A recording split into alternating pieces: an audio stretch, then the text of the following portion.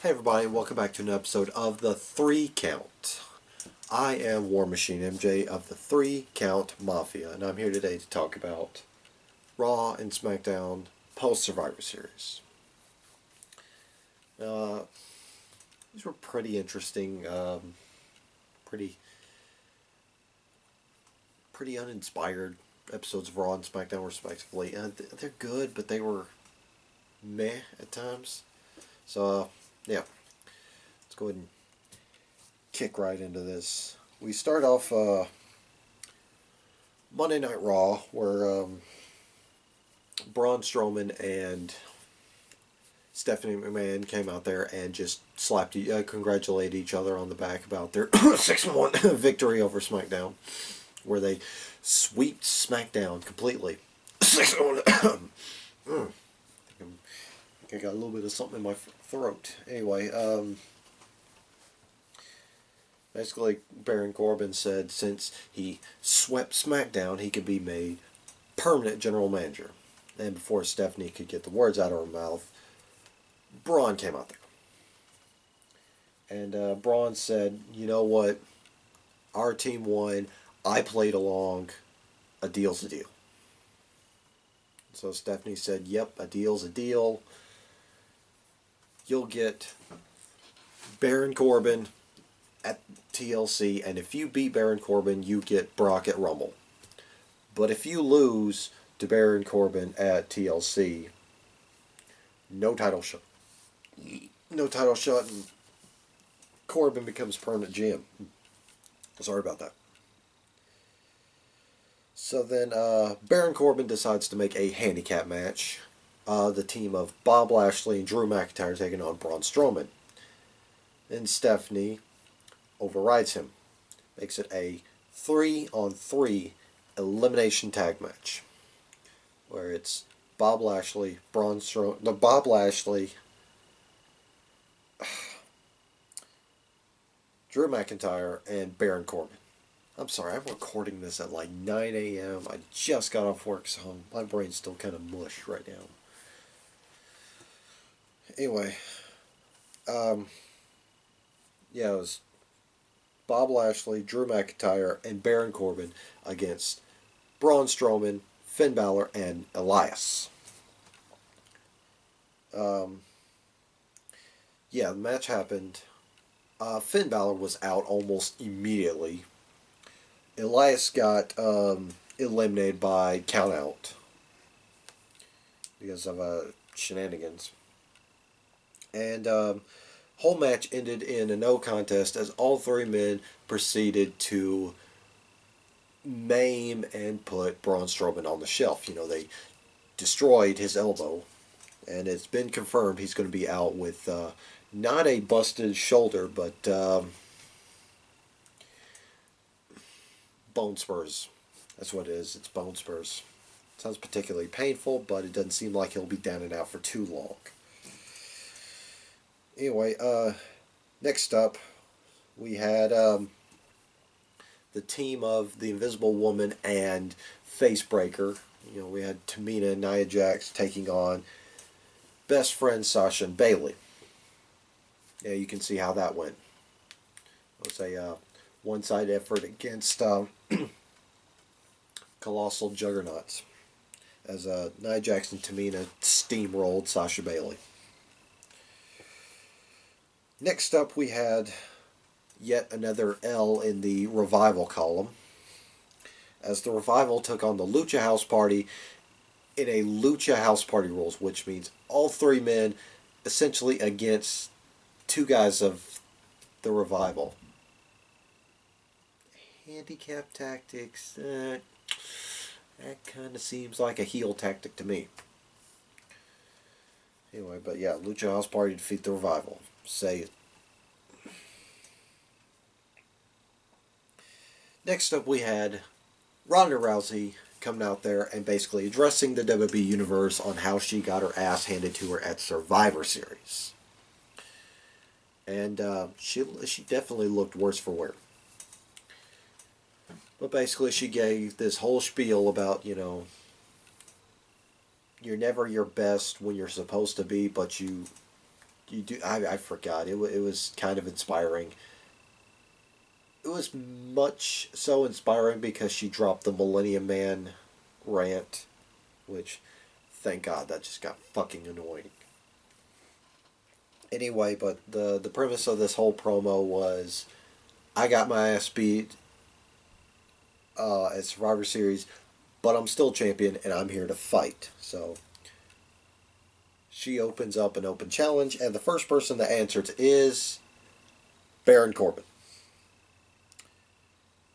And Ronda says, okay, I'll take you on, Baron Corbin. It's unorthodox. And everybody was in the Staples Center was just like, ooh, is Corbin going to get his ass beat by Ronda Rousey? But no, he was there to basically make her put her money where her mouth was, or rather her title where her mouth was, as he made her defend her belt in an open challenge against Mickie James. Can we say squeeze? Yeah, Ronda Rousey defeated Mickie James no time flat. But then she started selling her wounds of war, so she could have been selling that from the very beginning, but whatever. Next, you know, I thought about making a poignant comparison, to AOP involving Arthur Miller's Death of a Salesman, but yeah, I guess this would be pinned Vince McMahon's Death of a Gimmick. So, earlier on in the night, there was a backstage segment where random people, including Heath Slater and Rhino, were making fun of Drake Maverick. The fact that he, well, for lack of better caring, he pissed himself at Survivor Series. So there was a lot of pee jokes. Anyway, that all came to a head when Drake Maverick tried to pick fights. And, yeah, he tried to pick a fight against Gable and Rude. And then he slipped up by telling them, "You're in trouble," to which they both responded with, "Ha ha ha ha, you said urine, ha ha ha ha ha ha." Anyway, which led to the next match. Bobby Roode and Chad Gable versus AOP, but the crowd was chanting AOPP.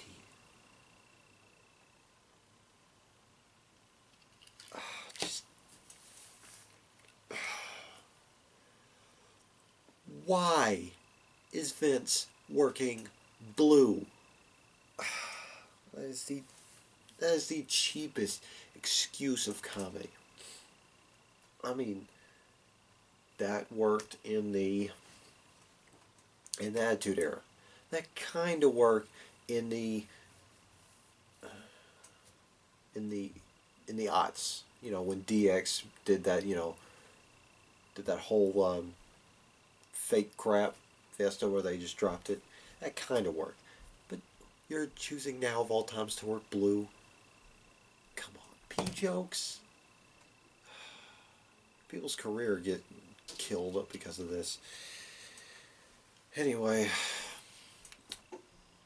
Rude and Gable won, clean as a whistle.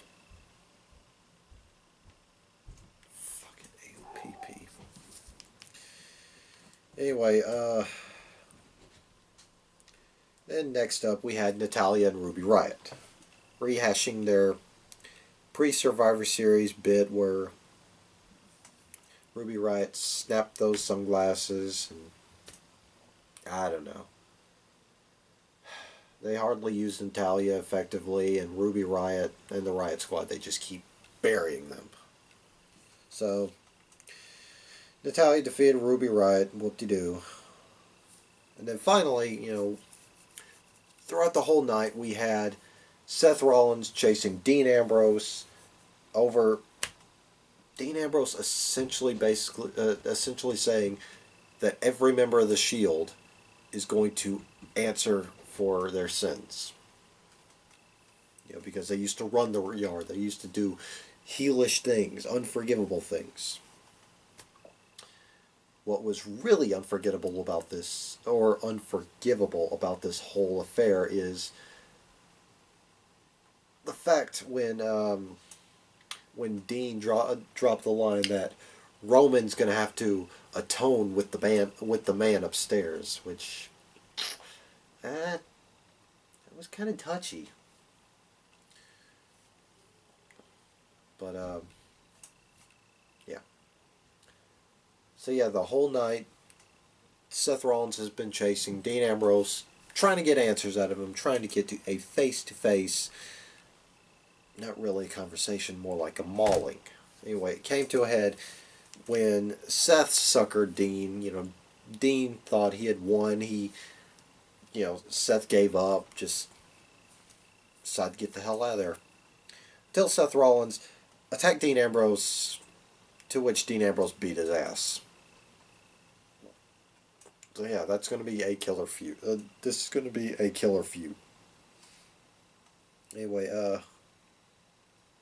before we get on to SmackDown, I've been mulling over this whole thing with Dean Ambrose, and for all of you comic fans out there, it seems like this whole bit was, this whole reap what you sow bit was kind of, I feel like it was pulled directly from the Red Hood arc of Batman. Where Jason Todd is back to,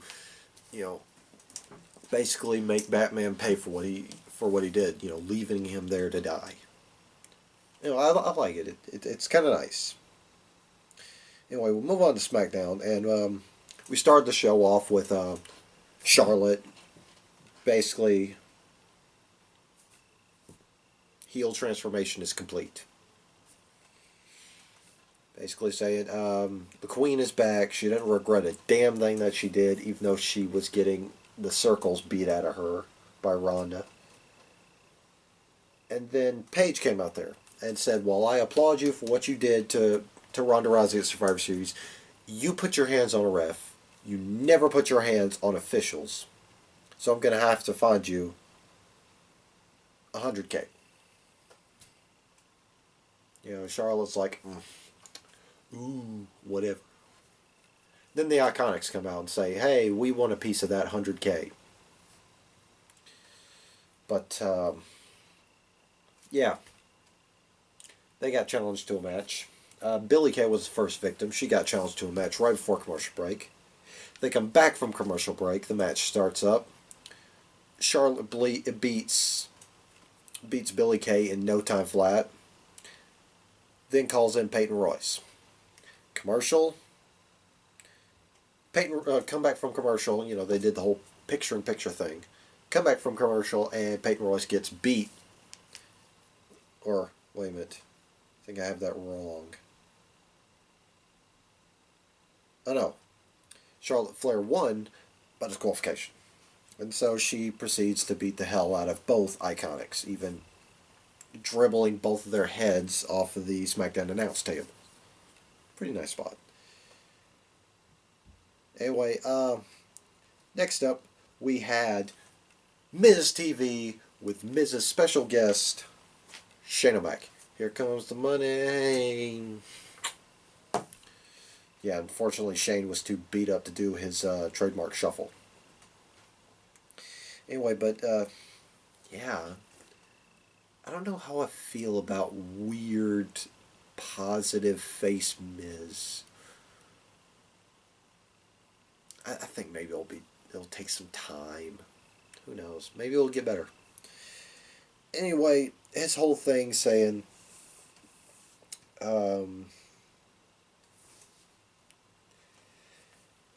basically, he said, Shane, I'm 2/3 best in the world. You're 1/3 best in the world, being that at Crown Jewel in that ridiculous tournament. Miz won 2 matches, and Shane won the last one to be the best in the world. And so Miz basically said, let's you and me be a tag team, call each other the besties in the world. So so Miz set up an opponent for he and Shane. Turned out to be Enhancement Talent, which beat Miz by roll-up. Because he was too busy trying to tag in an injured Shane. Props for the, what the hell were these guys' name?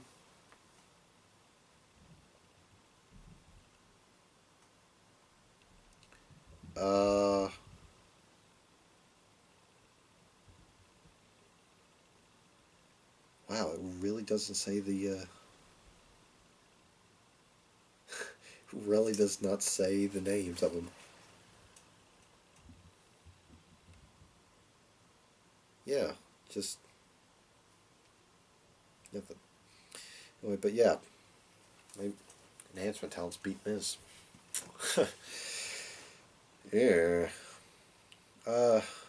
Next up, we had the Thanksgiving feast fight between the New Day and the Burr with Big Show. Now, before they got into the match, New Day cut a promo. And, it was that basic New Day stuff. But they started out with 6-1. Yeah, Xavier Woods kept piping in that 6-1, considering he was so adamant about it on Twitter the day of Survivor Series. They came to the ring wearing pilgrim costumes, except for Xavier Woods had 6-1 on the chest, and he just kept dropping 6-1. When Kofi said, what else am I thankful for? Xavier Woods goes 6-1.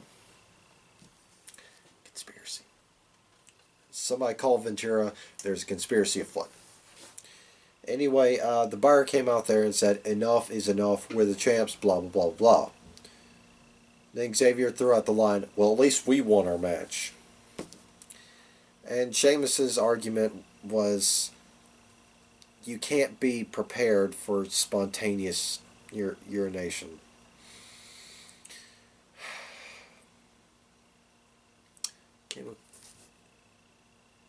Now, moving on. This was pretty entertaining.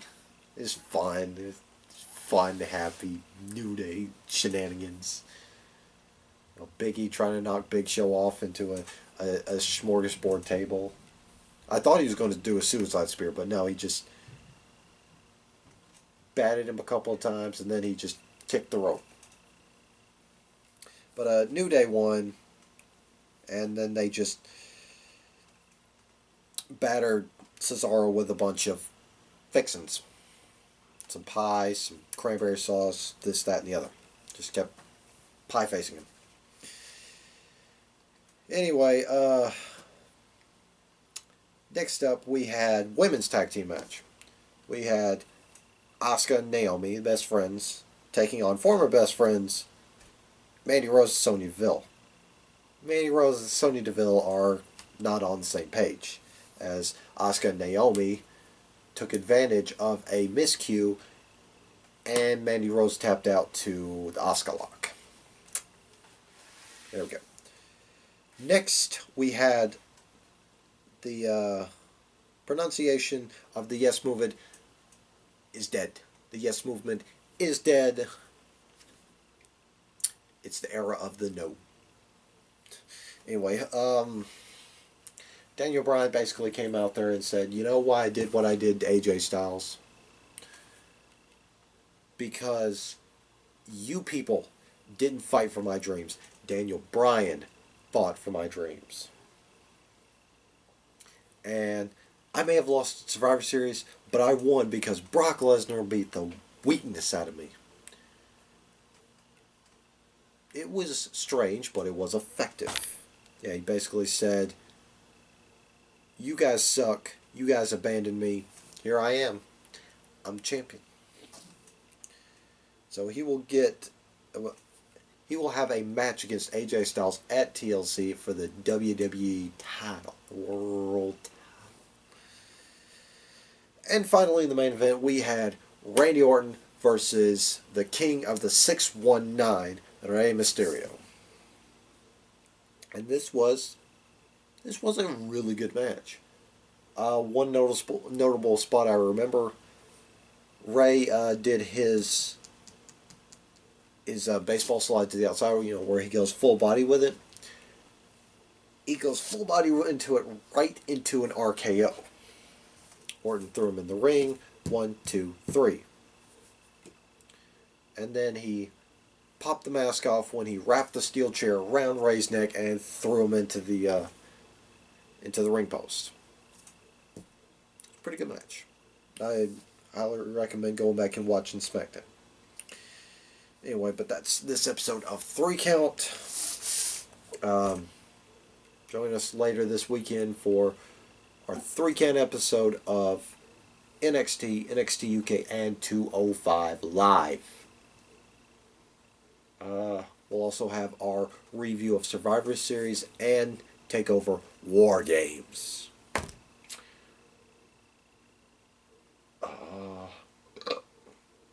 And coming down the pipeline, we're going to have our first vintage episode on this channel where we talk about Hello Wembley from Progress Wrestling.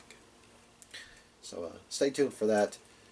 Anyway, with that being said, I am War Machine MJ of the 3 Count Mafia, and we will see you guys next time.